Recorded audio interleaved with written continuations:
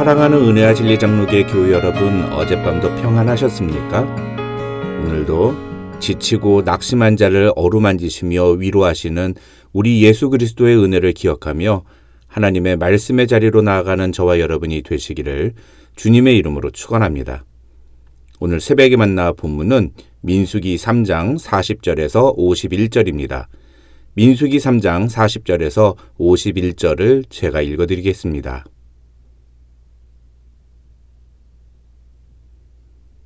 여호와께서 또 모세에게 이르시되 이스라엘 자손의 처음 태어난 남자를 1개월 이상으로 다 계수하여 그 명수를 기록하라.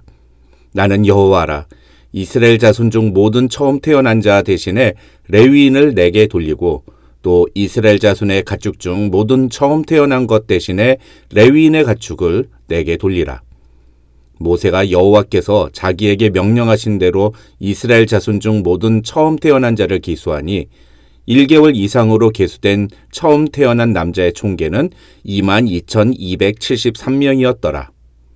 여호와께서 모세에게 말씀하여 이르시되 이스라엘 자손 중 모든 처음 태어난 자 대신에 레위인을 취하고 또 그들의 가축 대신에 레위인의 가축을 취하라. 레위인은 내 것이라. 나는 여호와니라. 이스라엘 자손의 처음 태어난 자가 레위인보다 273명이 더 많은즉 속전으로 한 사람의 5세겔씩 받되 성소의 세겔로 받으라. 한 세겔은 20계란이라. 그 더한 자의 속전을 아론과 그의 아들들에게 줄 것이니라. 모세가 레위인으로 대속한 이외의 사람에게서 속전을 받았으니 곧 이스라엘 자손의 처음 태어난 자에게서 받은 돈이 성소의 세겔로 1365세겔이라. 모세가 이 속전을 여호와의 말씀대로 아론과 그의 아들들에게 주었으니 여호와께서 모세에게 명령하심과 같았느니라.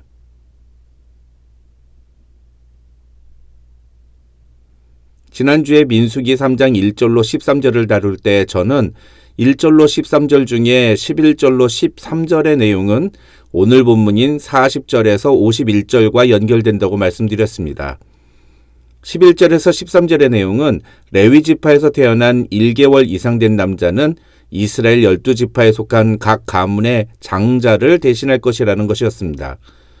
이것은 일종의 원리를 제시한 것이었다면 40절에서 51절은 그 원리가 실제로 얼마나 정확하게 집행되는지를 보여주는 구체적인 적용이라고 할 수 있습니다. 그렇다면 세부적인 내용을 살펴보기 전에 먼저 도대체 모세는 왜 이런 내용을 이어서 기록하지 않고 이렇게 떨어뜨려서 기록한 것일까요?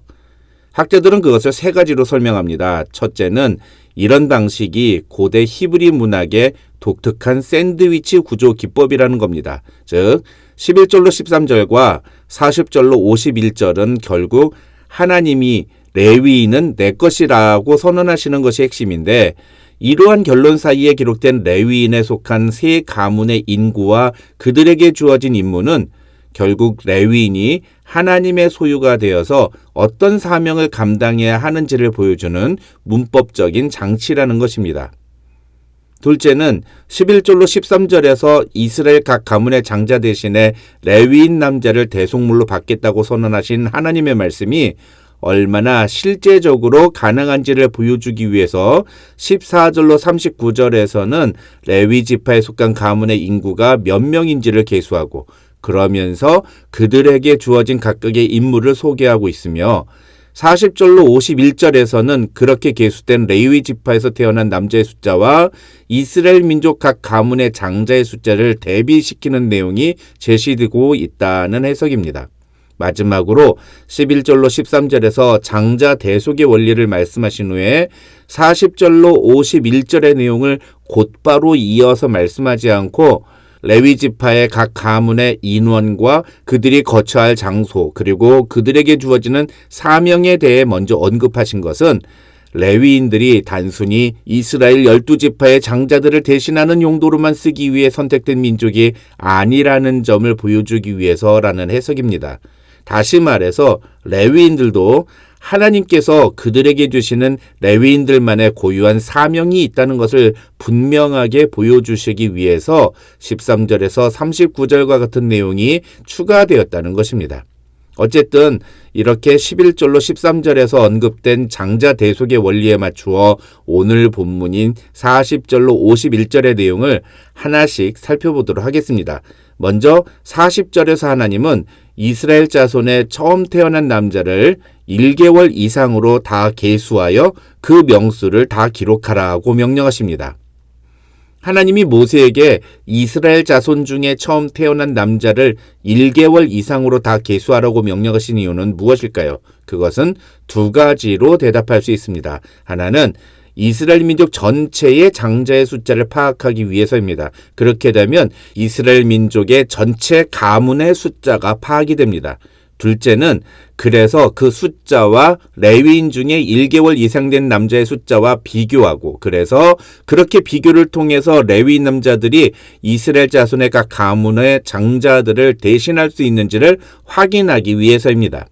그런데 학자들은 이 명령은 단순한 인구조사의 의미가 아닌 하나님께서 자기 백성을 구원하시는 권리를 갖고 있음을 보여주는 것이라고 설명합니다.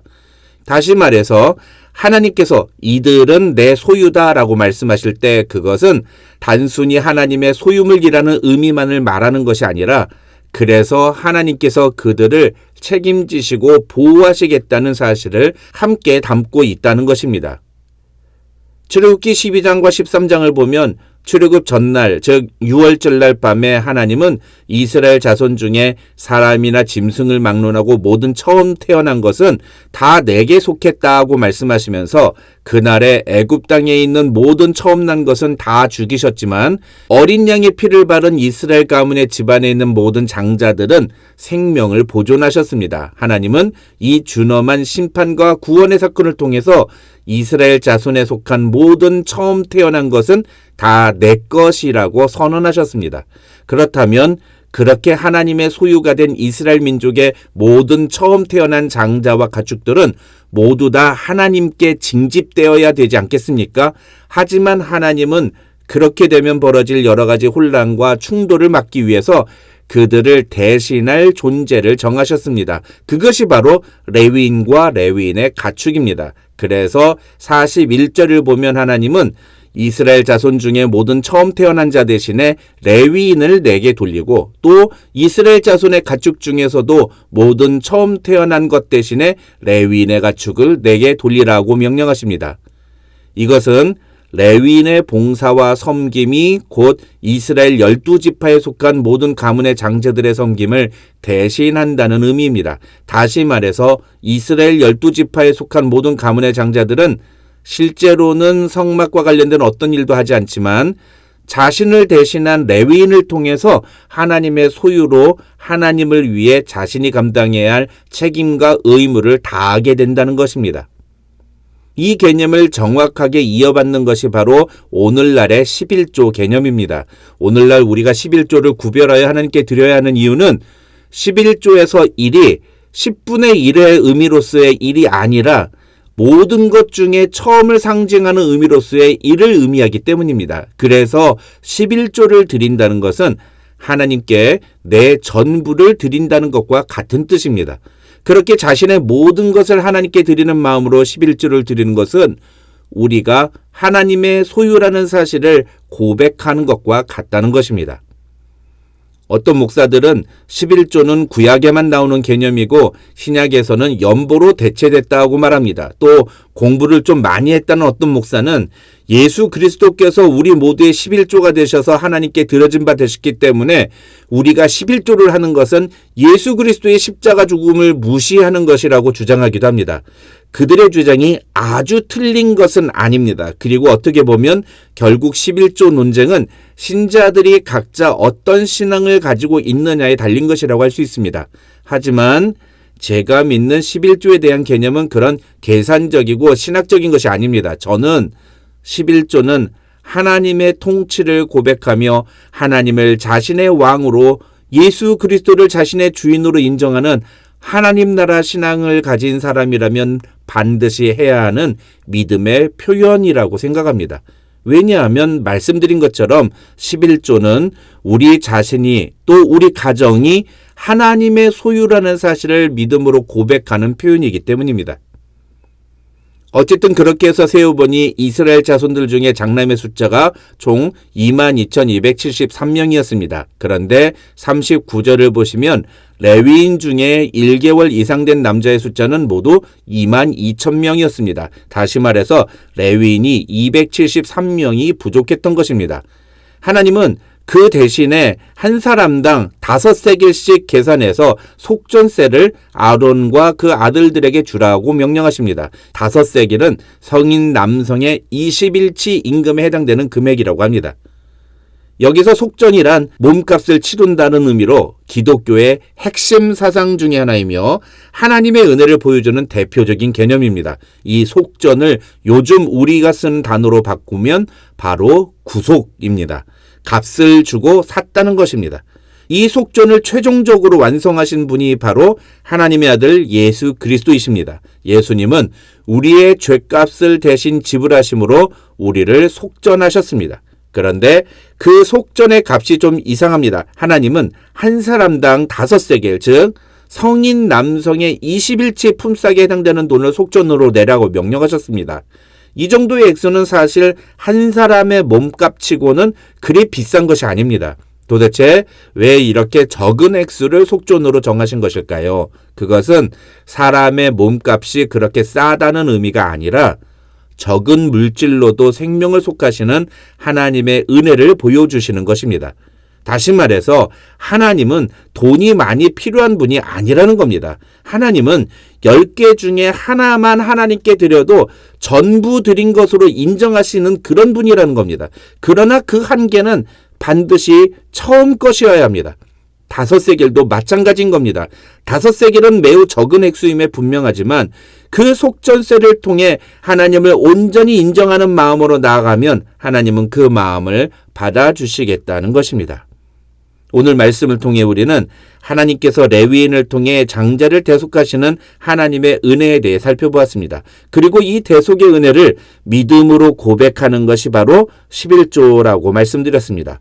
저와 여러분 모두 하나님이 우리를 구속하신 그 은혜를 잊지 않고 우리의 삶 전체가 하나님의 것임을 고백하며 살아가는 하나님의 사람들이 되시기를 주님의 이름으로 축원합니다.